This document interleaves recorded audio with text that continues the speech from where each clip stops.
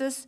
We made a commitment to the public that the minute we had a positive case of COVID-19 that we would call a press conference so that the citizens understood that we want to make sure they understand what's going on and that there's no secrets out there in terms of what's happening in this community. What we can tell you is the case is a 70-year-old man who traveled into San Angelo having visited another country. And so this case is not a case of a local resident, although obviously it's still a case.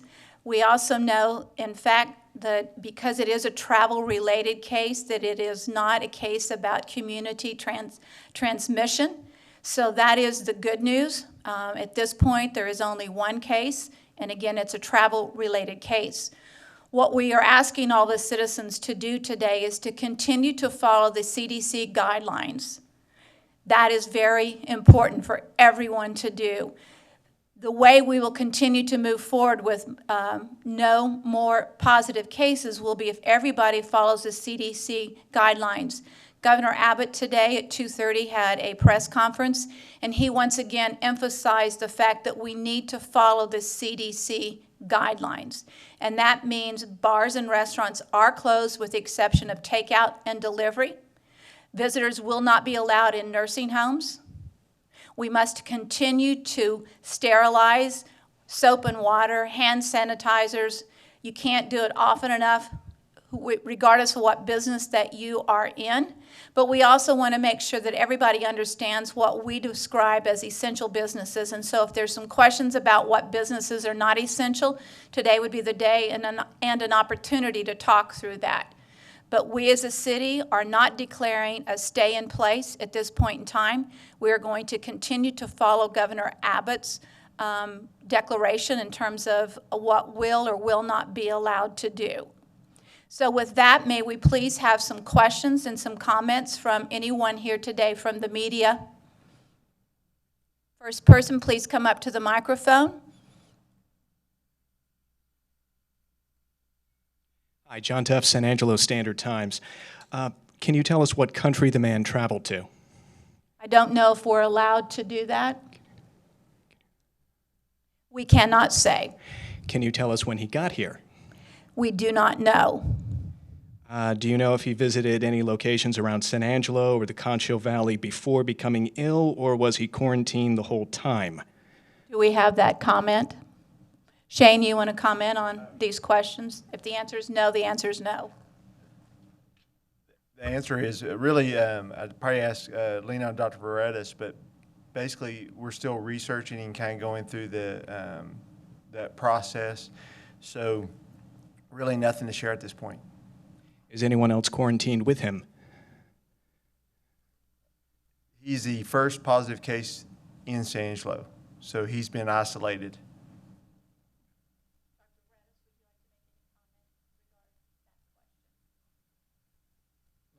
Question specifically, but you know, we had our control measures in effect already.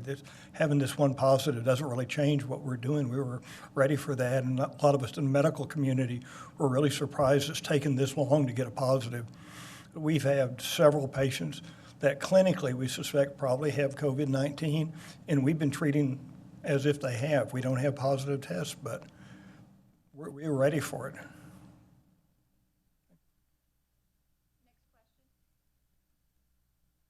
We had a call from a citizen. This is Joe Hyde, San Angelo Live. We had a call from a citizen this morning, and he was asking about the cost of the coronavirus test. He said he was told it was $80. And I asked him, do you have health insurance? He said, no, I don't have health insurance. I said, do you have a job? He said, no, I'm a freelancer. And I said, well, so you don't have health insurance, you're a freelancer, do you have Medicaid? He said, no, I don't have Medicaid, and I'm not old enough for Medicare. So can we, I guess, find out what is the cost of the coronavirus test for various subsets of our community based upon their insurance coverage and or employment status or Medicaid status? Okay. Would anyone like to come forward and answer that? We basically have set up a price for the screening, the evaluation, and also a price for the testing. I know there's been some information out there federally about it being a free test. We have not received any guidance on that so far. As soon as we do, we'll change our processes. But basically, what we're doing is we've set up 2 sites. Site 1, which is downtown, this is for evaluation and screening. We set up another site thanks to partner, Dr. May being so helpful in the ASU parking lot right across from the Shannon Clinic ASU location. And that site set up also for evaluation, screening, and testing. So today we are, there is a charge involved for the screening and the testing, but we're not taking money at that point. So basically, if someone comes through, we're going to take the information down, we'll bill them at a later date, and no one's going to be turned around because they don't have their credit card or cash at these sites. Okay, do you see that there's a gap between those that are covered by Medicaid and those that are on employers' health insurance or can afford private health insurance?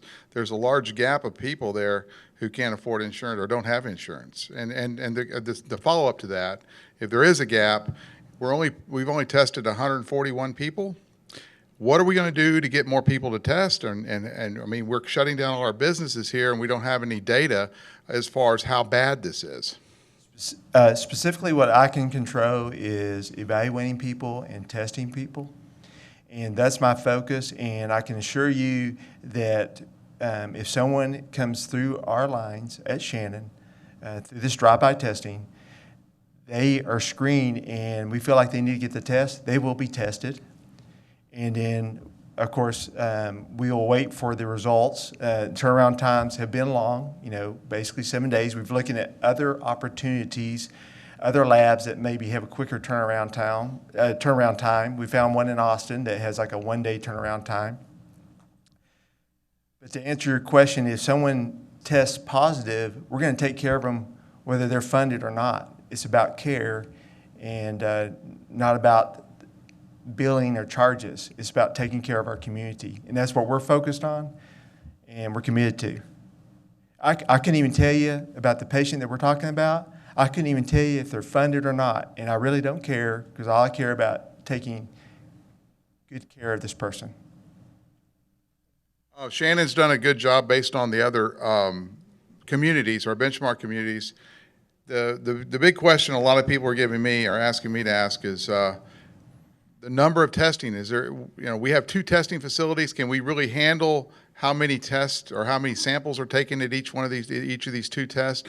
And how fast are we going to ramp up the testing here in Tom Green County? I'd like to put a little bit to the testing.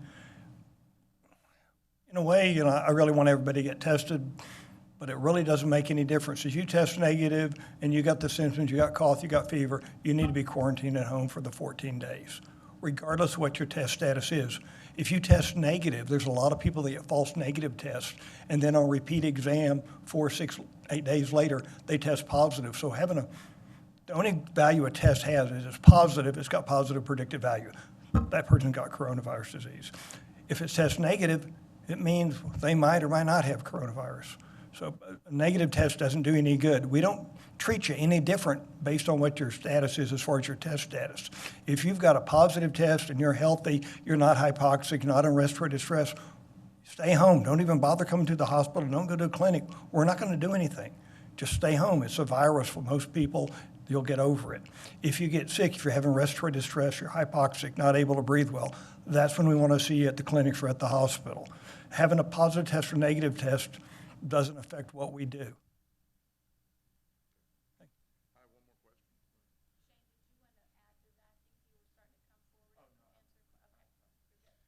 Obviously, nationwide, we're preparing for the worst case scenario with the spread of this virus.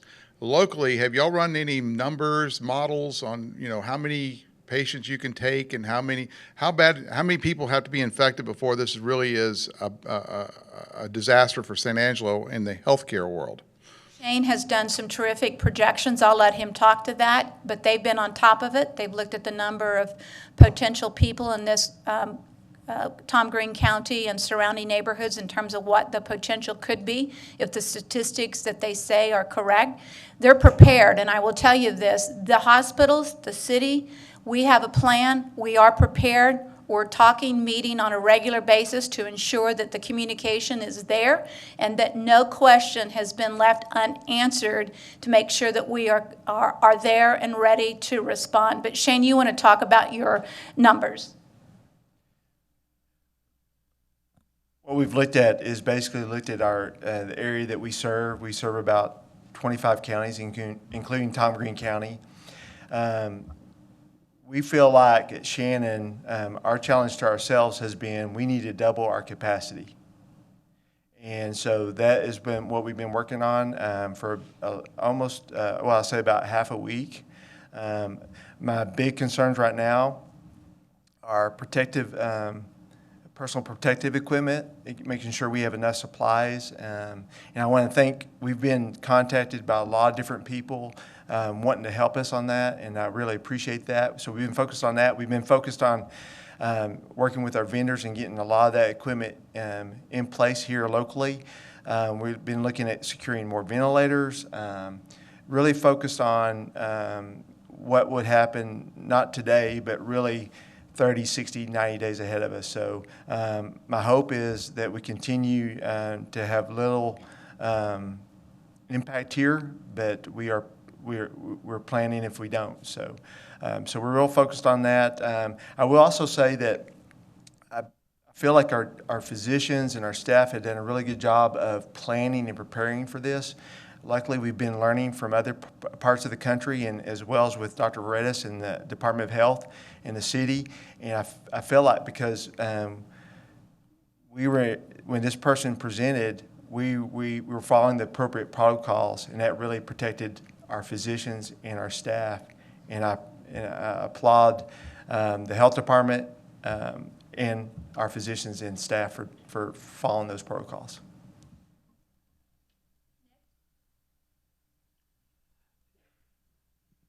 Dr. Schultz mentioned yesterday that April 1 could be a date where San Angelo, Shannon certainly could be a site where it could be testing for the coronavirus and test these results here. Is there any plan to maybe expedite or certainly speed that date up, certainly with this case here? What we intend to do is continue to preach the message of social distancing and to follow the CDC guidelines, because what we do know is the way we will have to extend that deadline if, in fact, people do not pay attention to the CDC guidelines. And that is 6 feet between people, social distancing, no gatherings of 10 or fewer people, constant sanitizing. These are the key issues to stopping the spread of this. If we can stop the spread and we see the numbers not escalate, but perhaps even de-escalate in other counties, surrounding counties, or in the state of Texas, then we won't have to extend the deadline. This is a daily issue. It's an evolving issue. When we see the numbers going down, we can talk about deadlines. Right now, those are the deadlines. They're firm. And what we do ask, follow the CDC guidelines. Social distancing is the number one issue. 6 feet between people, no gatherings of 10 or fewer people, or gatherings of 10 or fewer people. These are key issues. And if we do the right thing, we will be okay. We still know that in this city, people are hoarding. We need to make sure people understand grocery stores are getting regular deliveries. We are not going to be out of product. There's probably enough toilet paper in some households for the next 3 years. We need to make sure hoarding stops.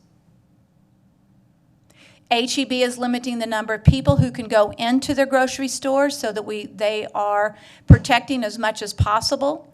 But we have to follow these guidelines. This is not a joke. This is not funny. We've got to follow those guidelines, because the only way we will move forward and get out of this isolation issue is to follow the guidelines.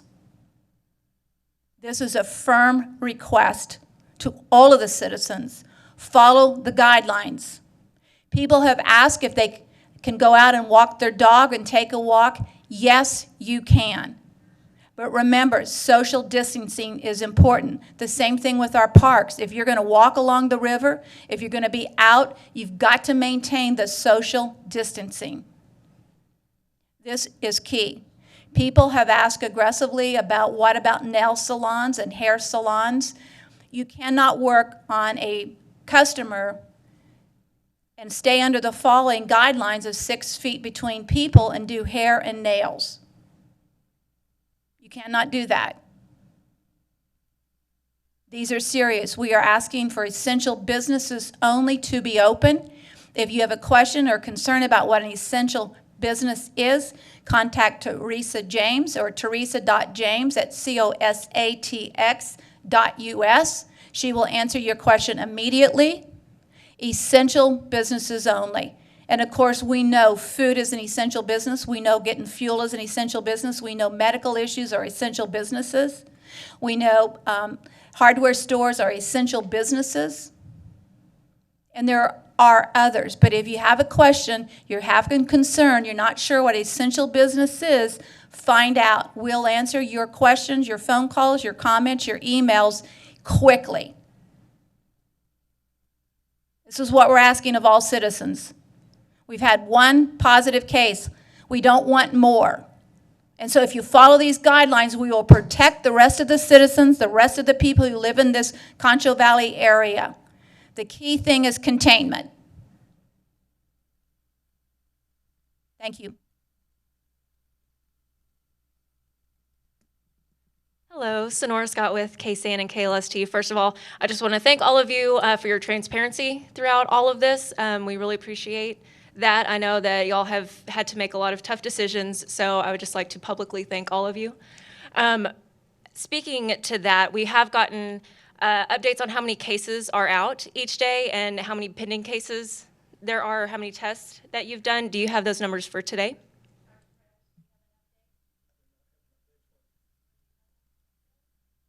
Sandra, do you have an update on number of cases pending? She'll be up here in just a minute. Okay. She'll be right back with that information. Do you have another question you want to ask? Yes, I know y'all are still researching about this patient who traveled, but do you have any, or can you share any information? Did he use the San Angelo He drove airport? here. He drove here. Okay, thank you. Also, another question that we've gotten for the viewers, I know you mentioned the supplies that y'all are okay on those, but a lot of folks have been reaching out wanting to help. And we've seen folks make, sew the cotton masks, out of cotton material. Are those actually effective? Will you use those? Could citizens make those for y'all? We've certainly had a lot of requests. The number one thing is making sure that they are sanitary, and there's certain guidelines. And I'm going to let Shane speak to that because there have been some very creative people thinking outside the box in terms of how they can help, and we want to encourage how you can help. So Shane?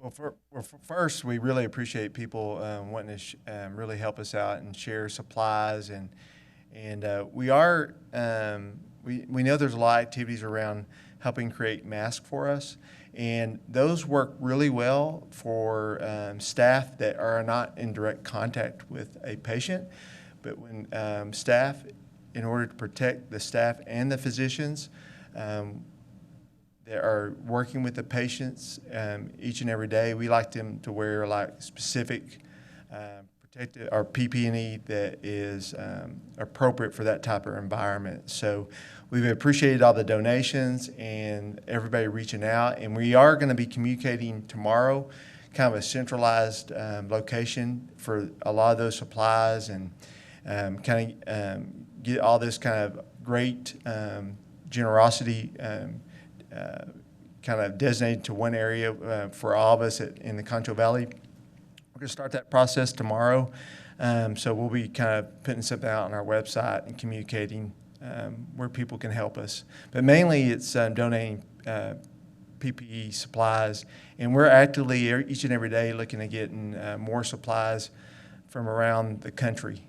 There's just so much is being designated to those high impacted areas, so it's becoming really difficult for us to obtain it. And I know it feels like I'm saying we're good with supplies. what I'm trying to say is we are better than a lot of healthcare systems around the country. We're better off than them, but I am worried about what the next week, 2 weeks, 3 weeks, month looks like. So we're very focused on it. Sandra, would you please come forward and update us on the numbers that you have as close to possible?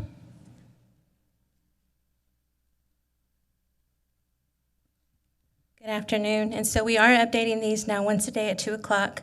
So as of today, we had 184 total that have been tested. 69 tests have come back negative. 114 are still pending. And then, of course, we have our one positive today.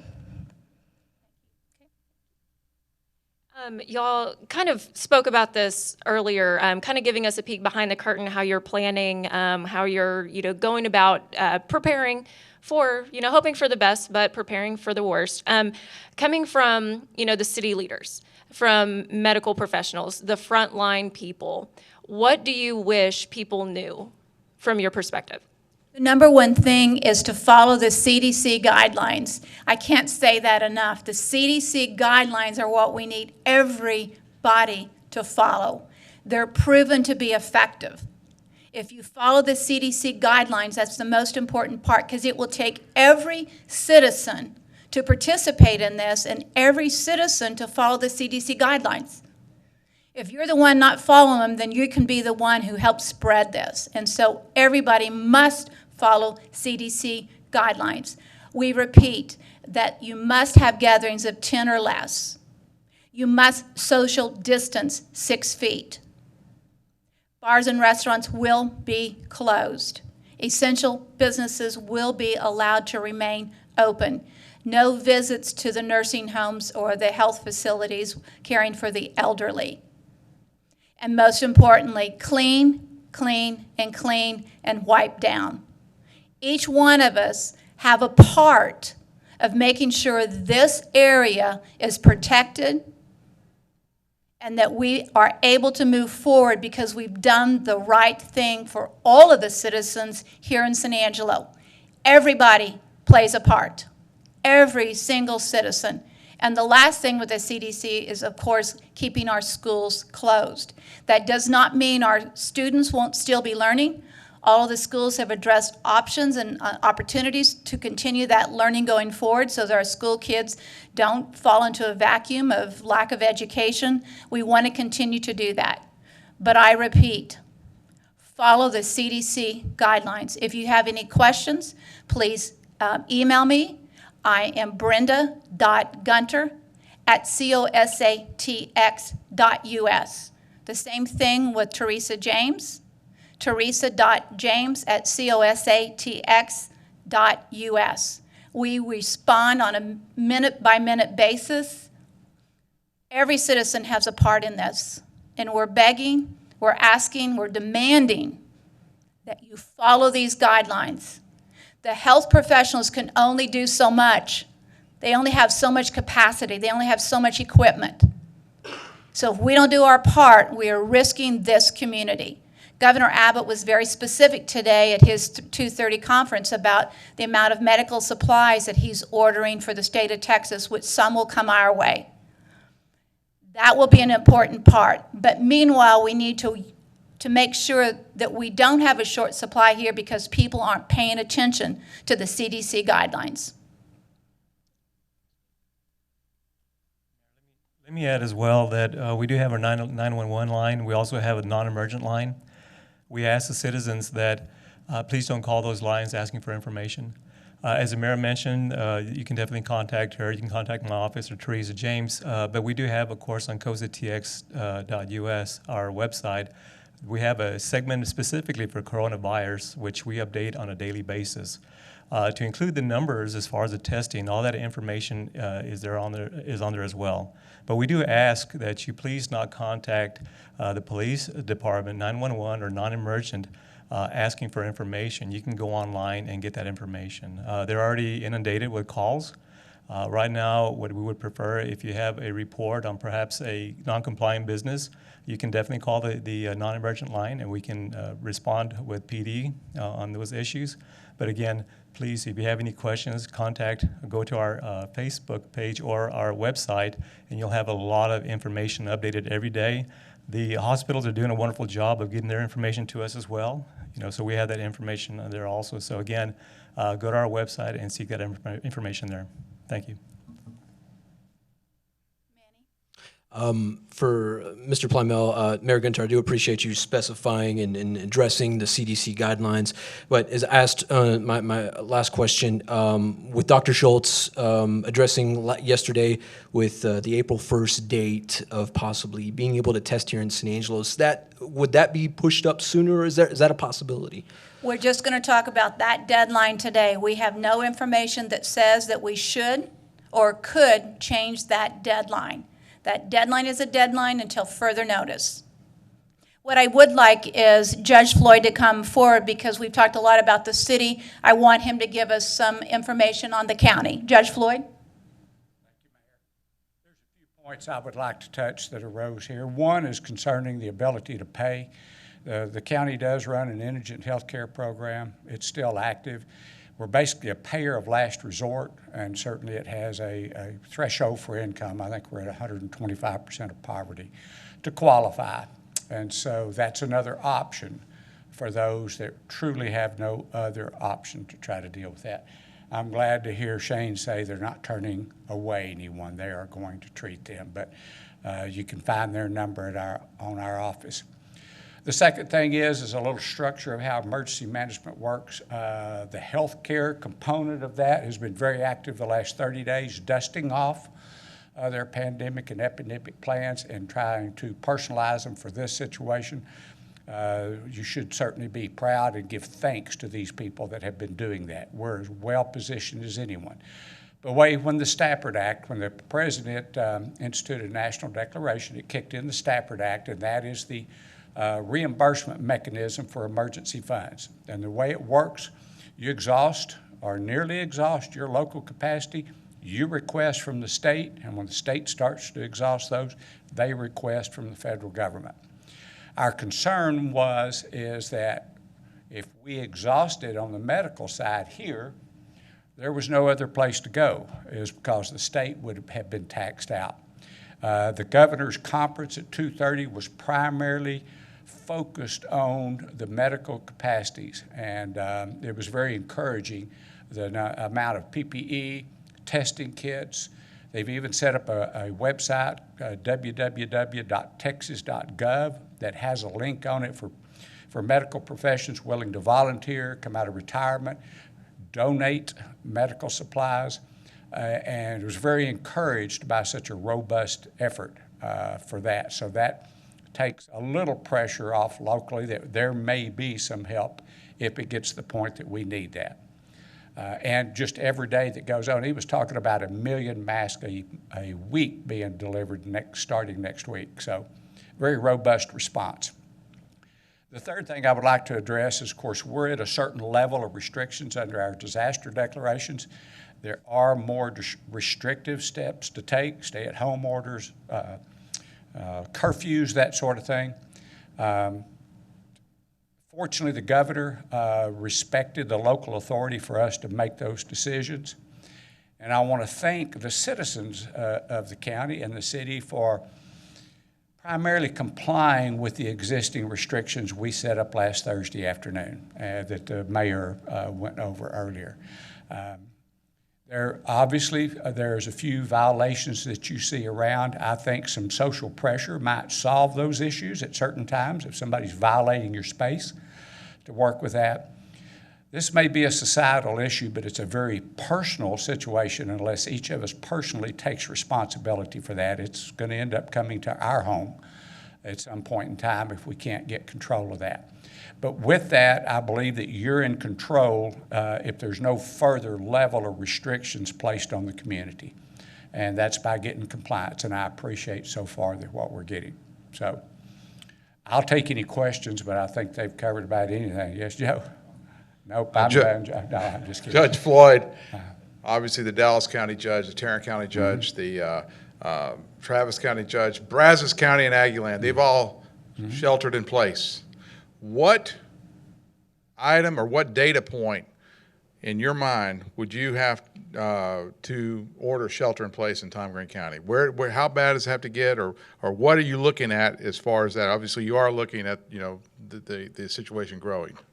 The period of time that we have been, 10 days, I guess, been aware and bring them in, if the trajectory of the number of patients that are screened and tested and the results, if those percentages within that turn around and go completely the other way, then that would indicate a very broadening of the exposure here and the severity of that exposure.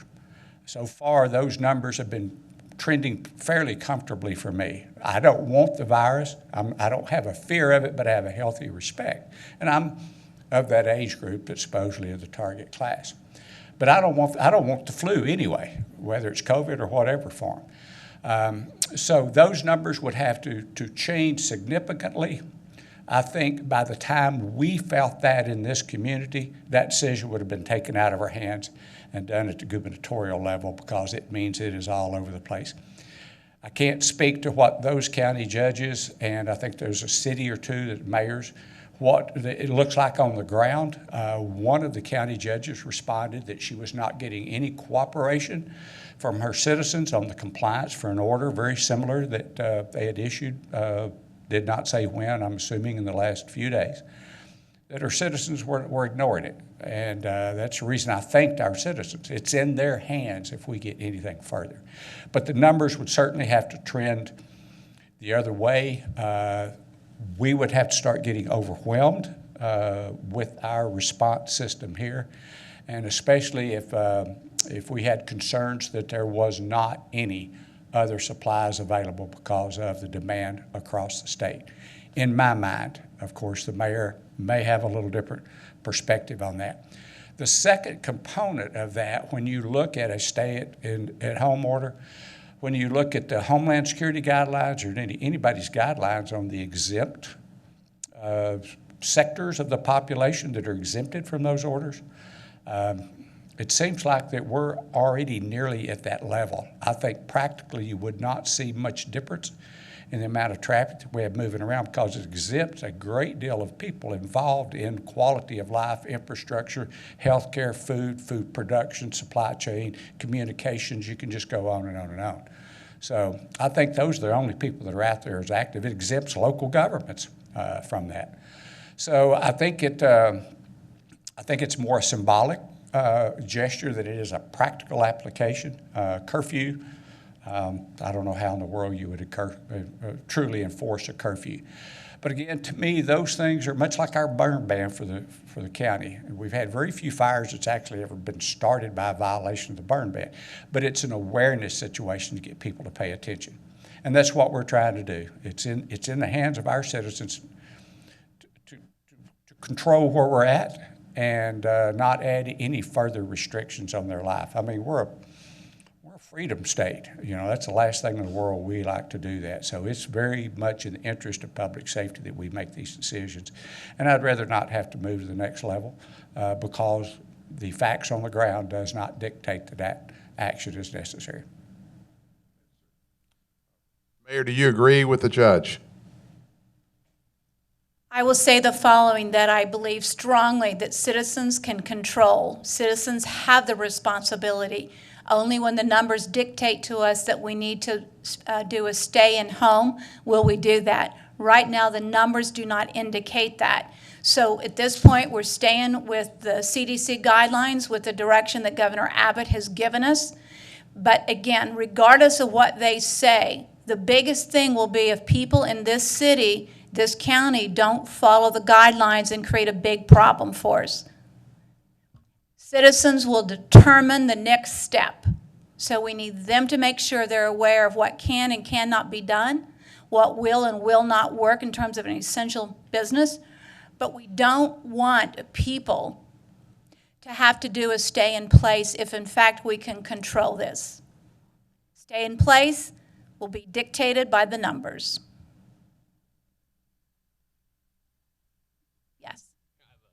Quick question, just a little clarification. So in Lubbock, they've made it where all non-essential businesses are closed. Are we doing that the same in San Angelo, or are there going to be more steps towards that, or anything like that? Teresa, you might come forward, but there is information on what are non-essential businesses. So there is a guideline in terms of what those are. The answer here is that if a business can operate and maintain no more than 10 people within the facility and maintain those distances, we're allowing them to operate. As the mayor said, we've been looking at nail salons and places that do hair, and it's clear that those folks cannot maintain social distances, so we are going to be issuing more guidance to them that they do need to be closed. Does that answer your question?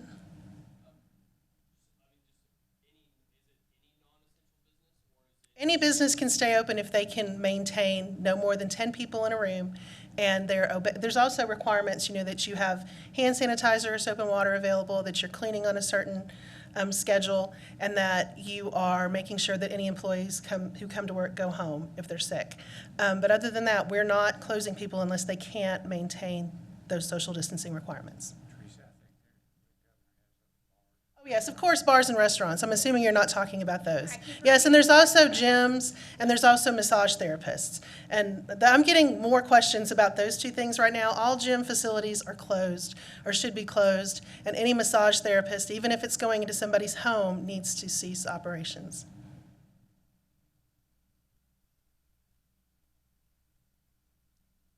Hello again. Hello, you can bring that microphone down a bit. There you go. Well, maybe. That'll help you. I'll just kind of do this. Okay. Just sanitize it afterwards. So Dr. Veredis spoke about y'all were prepared. You were prepared for this. But as far as us having a confirmed case now, has anything changed the way, like when it comes to day-to-day operations as far as procedures? It has not, because again, we go back to the CDC guidelines and what are non-essential businesses. Those guidelines cover everything. And if we follow those, we won't have an issue. But you got to follow those CDC guidelines. But I'm going to have Dr. Veredis speak to that more specifically. Answer your question directly, no, nothing's changed. We were treating patients as if some of them probably had COVID-19 already. The positive test is indeed just a positive test. We go off what their clinical status is. It's been a couple of weeks now at least that you come in the emergency department, everybody's got a mask on, everybody's got gloves on. We're treating everybody like they're a potential threat to us and like we're a potential threat to them. That's why we're trying to limit the number of people that come to any healthcare facility, hospitals, emergency departments, any office. Why we don't want visitors, because each visitor is a potential person who could get sick or a potential person to infect one of our healthcare workers. So, no, we're not making any changes. We're already ready for this.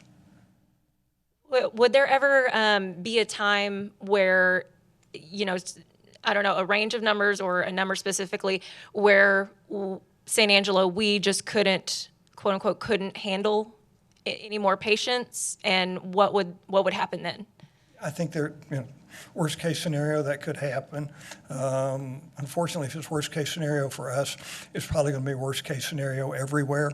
I don't see us being able to ship patients out because all the tertiary centers that we would send to are already being slammed. I just don't see it happen. We're going to have to do our very best to control the disease here. If we could flatten the curve, make it so it's a 6 or 8 month course instead of a 2 month course, we've got a much better chance of being able to handle this with minimal loss of lives. And also in the press release that was sent out, you kind of had a message of not so much fear, but as awareness. Could you maybe reiterate that? Yeah, it's treated everybody as if they could, potentially have a disease that could make you real sick or kill you or kill your mom or your kids. Social distancing, like the mayor says, stay back. It's the things your mom taught you. If you got a cough, cover your mouth, wash your hands, stay away from sick people. If you're sick, don't go see other people. It's not rocket science. It's the simple things that are done correctly that saves lives, not the fancy things done poorly. Next question. Are there any? Yes, please come forward. Hi, Standard Times again. Earlier, Sandra Villarreal said that 114 tests were currently pending. Is that the number of people who are currently quarantined in San Angelo, or is that number higher? Sandra, you want to address that, or Dr. Veredas, you could answer that question perhaps? Everybody that's tested becomes a person under investigation. They're quarantined. And again, once we get a negative test back, doesn't mean they're released from quarantine because, again, there are false negative tests. They're quarantined for the full 14 days. Do you have an approximate number as to the number of people who are quarantined in San Angelo currently? Sandra? It should be the same number as the tests that are pending, basically, or thereabouts. Let me add this to it. There are people who are self-containing themselves at home because they have a high fever, don't know that they've been exposed, but feel better at home than out. So there are many people doing those things as we speak. They might not have been tested. They might have just had a higher temperature than normal. They might not feel great. So many people are I'm not sure what the correct terminology is, but self-quarantine themselves. So those are reasons it's hard to get a whole number in terms of what is exactly going on. Yes, Teresa. There is a legal quarantine process that Dr. Veredas could go through. In addition to the governor's orders, the health commissioner also passed an order that gave him large amounts of authority to restrict people's movements. We have not issued any order through Dr. Veredas for people to formally be quarantined because we're seeing really good compliance. He and I have a conversation every day. Is there anybody that we need to issue a formal quarantine order for? And if they disobey that, we get a court order and then we can actually detain them. That has not been necessary here. We've had that conversation and we would detain them in a hospital. They wouldn't go to jail.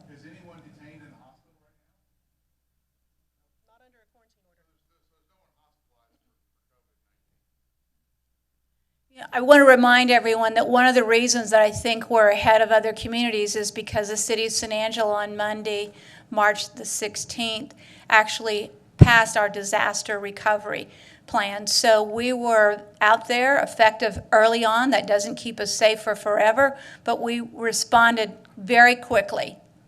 And so we're ahead of a lot of our West Texas communities simply because we reacted quickly and limited the number of people initially to 50 and under. Where many other communities stayed with the 200 and the 250, we didn't. We quickly reduced that number. So we're hoping that that will prove to have been very effective for this community and that will be one of the reasons why we have fewer cases in some of our surrounding communities. There's no guarantee. But as I said before, we are communicating daily. We are responding daily. The number one thing we all need to do is communication. We owe that to the citizens. We need to be communicating daily and let you know what's going on and what steps might need to be taken. But right now, it is follow the CDC guidelines. One last question. We understand that medical professionals and health officials are limited into what they can disclose due to HIPAA policy. Can city officials explain their justification as to why they are not telling citizens what country this individual came from or where they may have traveled prior to coming to San Angelo?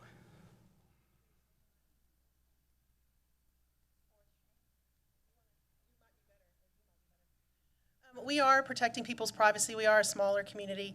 And so those sorts of details, what we're actually required to do is not give any details that could disclose the identity of a person. And the smaller your community is, the more likely those kind of details could disclose a person's identity. We don't see necessarily that there's a medical need for the community to know that. It's not going to increase the level of protection for our city if you know those kinds of details. So how many tests we have, how many positives we have, how many tests are outstanding, what the circumstances are for this positive test, we feel is sufficient to give the community enough information to protect themselves while protecting the privacy of our citizens.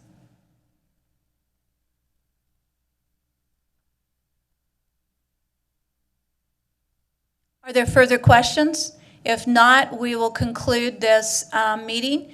And again, we've given you places to communicate and ask for the questions if you have it, and certainly for the public to know how to reach us if they have additional questions. So at this point in time, we will end this public meeting, public announcement meeting.